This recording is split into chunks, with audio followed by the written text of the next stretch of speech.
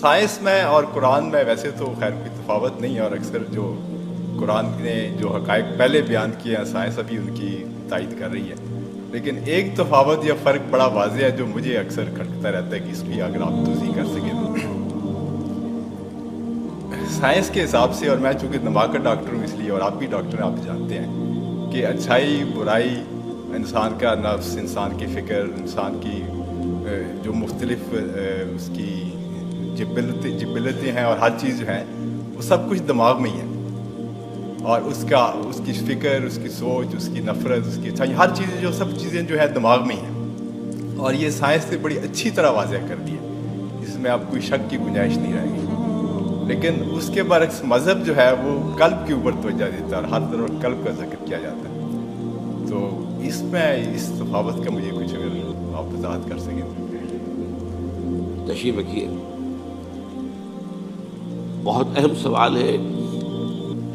اور ساحل بھی کیونکہ بہت پڑھے لکھے ہیں، سائنسدان ہیں، استاد ہیں، اس لیے بھی اس سوال کی اہمیت زیادہ ہے۔ دیکھیے، سائنس صرف میٹیریل چیزوں سے بحث کر سکتی ہے، وہ چیزیں جن کی حقیقت میٹیریل نہیں ہے، مثلا روح، یہ کوئی میٹیریل شے نہیں ہے۔ ہمارا جسم یہ ایک میٹر کا معاملہ ہے، ورلڈ آف میٹر سے متعلق ہے۔ ہمارے جسم کے سارے فنکشنز جو ہیں وہ سائنس ریویل بھی کر سکتی ہے، ڈسکس بھی کر سکتی ہے، بحث بھی کر سکتی ہے، اور صحیح فیصلے بھی دے سکتی ہے۔ لیکن یہ بات میں نے بڑی وضاحت کے ساتھ بیان کی ہے، اس کے لیے شاید آپ کو میری کچھ چھوٹی چھوٹی چیزیں پڑھنی پڑے گی۔ قرآن مجید کے مطالعے سے جو مجھے معلوم ہوا وہ یہ ہے کہ انسان در حقیقت ایک کمپوزٹ بینگ ہے، اس میں دو وجود جمع ہیں، ایک میٹیریل ہے جو حیوانی ہے، تو تمام کے تمام جتنے حیوانی انسٹنکٹس ہیں وہ ہمارے اندر موجود ہیں، کھانے کو چاہیے، اور جو اینیمل انسٹنکٹس ہیں، کچھ آرام بھی چاہیے، کچھ بقائے نسل جو ہے تسلسل کے لیے وہ بھی کچھ چیزیں رکھ دی گئی ہیں وغیرہ وغیرہ، تو یہ پورا انسان ہے۔ لیکن انسان نرا حیوان نہیں ہے، انسان کی ایک حقیقت جو ہے وہ روحانی ہے، اس کا تعلق ورلڈ آف میٹر کے ساتھ نہیں ہے، اور وہ در حقیقت میٹیریل سائنسز کی جو دریافت ہے، اس کی جو بھی ریسرچ ہے اس کے فیلڈ میں آتا ہی نہیں۔ وہ روح کا مرکز در حقیقت قلب ہے، یہ روح ہے در حقیقت، اور یہ کمپلیٹ پرسنالٹی ہے ان اٹ سیلف، انویزیبل ہے، دیکھی نہیں جا سکتی، لیکن یہ ہے کہ یہ در حقیقت، اور اس کی تخلیق ہمارے ان جسموں کی تخلیق سے بہت پہلے ہوئی تھی، بہت پہلے، یعنی جس کو کہ یہ کہتے ہیں بگ بینگ سے میٹر اور میٹیریل یونیورس جو ہے اس کا آغاز ہوا ہے۔ پرائر ٹو دیٹ فرشتے اور ارواح انسانیہ اس سے پہلے پیدا کیے گئے، اور وہ نور سے پیدا کیے۔ انہی دنوں میں نے حدیث کے درس کے ضمن میں بھی اس کی تفصیل بیان کی،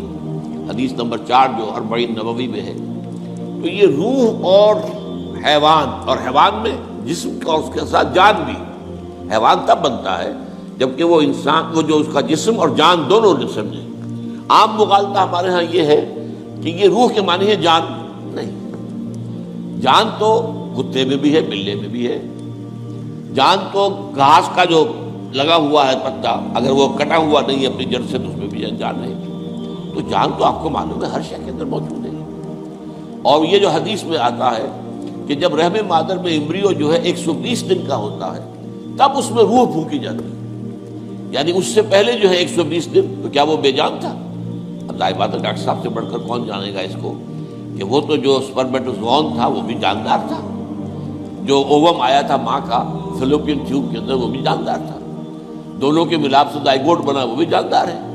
اور یہ ایک جو ہے نشو و نما پا رہی ہے چیز جو کہ زندگی کی سب سے بڑی علامت ہے۔ وہ جو ہے 120 دن تک اس نے ڈیولپمنٹ کی ہے، جس کو قرآن مجید کہتا ہے نطفہ ہے، پھر نطفے کے بعد جو ہے وہ مضغہ ہے، علقہ ہے، ان ساری سٹیجز کے بعد پھر روح پھونکی جاتی ہے۔ وہ روح ہے در حقیقت کہ جو بہت آغاز میں پیدا کر دی گئی تھی، اور اس کے بعد اس کو ایک نیند سلا دیا گیا۔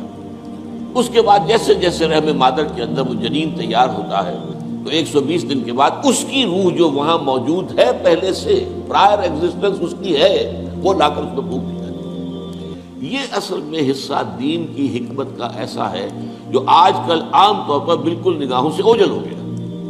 عام طور پر تو ہمارے اچھے اچھے علماء اور جدید مفکرین خاص طور پر روح کے علیحدہ وجود ہی کے قائل نہیں ہیں۔ اب یہ روح کا اگر علیحدہ وجود نہیں ہے تو آپ دیکھیے سورہ اعراف کے اندر فرمایا کہ تم سب نے ہم سے عہد کیا تھا الست بربکم قالوا بلی، وہ کون تھے سب؟ ظاہر بات ہے اس وقت تک تو ابھی تمام انسان تو ایک وقت میں جمع نہیں ہو سکتے تھے، وہ تو یہ کہ عین اس وقت جبکہ وہ ارواح کے عالم کے اندر پیدائش ہوئی ہے سب کے سب موجود تھے، حضرت آدم کی روح سے لے کر اور آخری آدمی جو انسان دنیا میں آئے گا اس کی روح، یہ سب موجود تھے، اور ان سے سوال ہوا الست بربکم، اور جواب ہوا قالوا بلی۔ اور پھر ایک دن آئے گا قیامت کے دن، پھر تمام نوع انسانی پھر جمع ہوگی اللہ کے حضور میں، اور اللہ فرمائے گا، سورہ کہف کے الفاظ ہیں لقد جئتمونا کما خلقناکم اول مرہ، آ گئے ہو نا ہمارے پاس جیسے کہ ہم نے تمہیں پہلی مرتبہ پیدا کیا تھا۔ اب یہ پہلی مرتبہ کی پیدائش وہ ہے جو عالم ارواح میں ہوئی ہے، دوسری مرتبہ کی پیدائش وہ ہے جو اس عالم مادی کے اندر، یہ جو مٹیریل ورلڈ کے اندر پیدا ہوئی ہے۔ میری پیدائش 76 برس پہلے ہوئی ہے، اس سے پہلے میرے اس جسم کا وجود کوئی نہیں تھا، میری روح موجود تھی، اگرچہ وہ ایک جگہ پر اللہ تعالیٰ کے ہاں ایک کسی سٹور کے اندر تھی لیکن موجود تھی۔ تو دل اصل میں مرکز ہے روح کا، اور روح ایک کمپلیٹ انڈیپینڈنٹ پرسنالٹی ہے،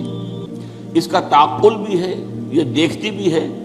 بغیر ان آنکھوں کے، دیکھتی ہے، روح براہ راست دیکھتی ہے، روح جو ہے وہ براہ راست سنتی ہے۔ اور آج ہمارے ہاں ڈاکٹر صاحب بھی اس کی تائید کریں گے، جو ایکسٹرا سینسری پرسیپشن کا تصور آیا وہ کہاں سے آیا؟ ہم تو جانتے تھے کہ 5 ہی حواس خمسہ ہیں، انہی سے انسان جو ہے پرسیپشن ہوتی ہے، تو یا تو بصارت ہے، یا سماعت ہے، یا ٹچ ہے، یا اسمیل ہے، یہی ٹیسٹ ہے، یہی ہے، یہی حواس خمسہ ہمیشہ سے چلے آ رہے ہیں۔ یہ ایکسٹرا سینسری پرسیپشن کہاں سے آیا؟ تو معلوم ہوا کہ اب تسلیم کیا جا رہا ہے کہ کچھ ہیں صحیح چینلز دوسرے بھی جو انویزیبل چینلز ہیں، اور ان کا تعلق جو ہے وہ دل کے ساتھ ہے، اور دل جو ہے وہ در حقیقت وہ ہے مقام روح کا۔ تو یہ روح اور جسم یا حیوان مل کر انسان بنے۔